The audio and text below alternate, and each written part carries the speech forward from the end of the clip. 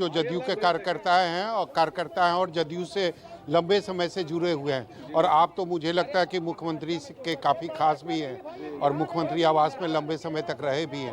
कैसा लग रहा है? आप तो मुख्यमंत्री ने खुद अनाउंस कर दिया सोशल साइट पे कि हम राज्यसभा जा रहे हैं। तो अभी तो उनका ट्वीट देखे, फेसबुक पे ही देखे, उनका आया हुआ है। तो उनका इच्छा होगा तो इच्छा जताए होंगे तो यही पता चला कि नामांकन पर्चा भी कट गया है। अंदेशा था इस बात का? अंदेशा तो बिल्कुल नहीं था। जिस हिसाब से बिहार के जनता ने इतना उम्मीद जताए हुए थे कि भाई उन्हीं के समर्थन में लोग वोट किया था 2025 फिर से नीतीश, उसी आधार पे वोट लोग दिया जनता का है ना। अभी चले जाइए गांव महिला में सबको मैंने अभी 2-4 जगह हम फोन किया गांव में, तो महिला लोग मैंने इतना गंदा रो रही है कि मत कहिए कि हम ऐसा नहीं सुने कि हम तो वोट तो उनको दिए हैं। घर के लोग अभी भी मना रहे हैं उनको? घर के लोग तो मना रहे हैं, लेकिन कुछ हमको लगता है कि साजिश का भी कुछ शिकार हुआ होगा, ऐसा भी नहीं कह सकते हैं। किस तरह की साजिश की बात करें? इसमें तो हम नहीं कुछ बोल सकते हैं, लेकिन पार्टी के अंदर या दूसरे दल के तरफ से साजिश? दूसरे दल के तरफ से, दूसरे दल के तरफ से। बीजेपी का मुख्यमंत्री स्वीकार करेंगे? नहीं सर, हमने जदयू मतलब नीतीश कुमार मतलब जदयू, और जदयू का मतलब बिहार सरकार है। बिहार मतलब नीतीश कुमार है। आपने विगत कई दशकों से देखा है नीतीश कुमार के कार्यकाल को।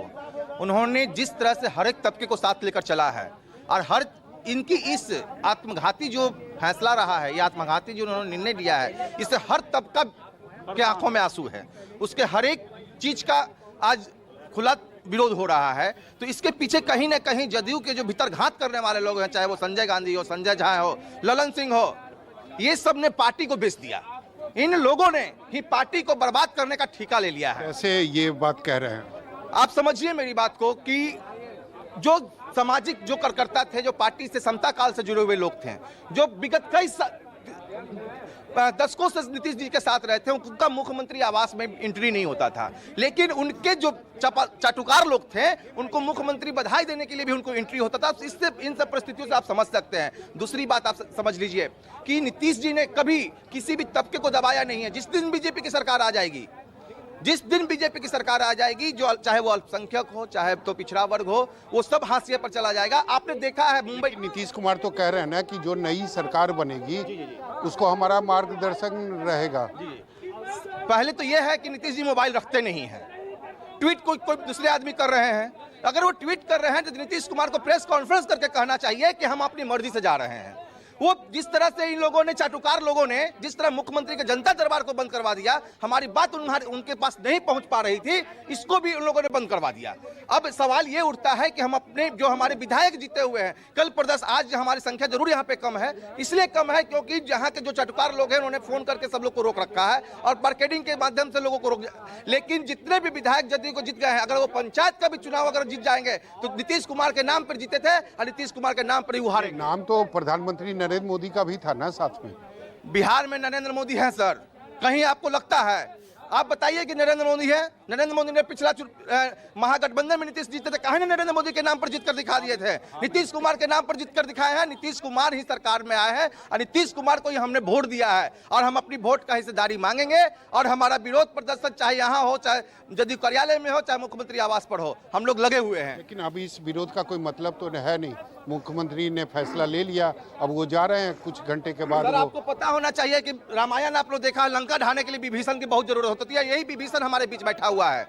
यही विभीषण हमारे जदयू को बर्बाद कर दिया, जिसका कभी इसका माई बाप का उसका खून पसीना नहीं लगा हुआ था, एक धूरी नहीं लगा हुआ है। आज उसके पास 5 कार्यकर्ता नहीं है। अगर उसको पद से हटा दिया जाए तो बाद का चुनाव नहीं दे सकता है। वो हमारा राष्ट्रीय अध्यक्ष बना हुआ है। अगर नीतीश कुमार राज्यसभा चले गए, जो अब लगभग फाइनल हो चुका है, उसके बाद पार्टी का क्या?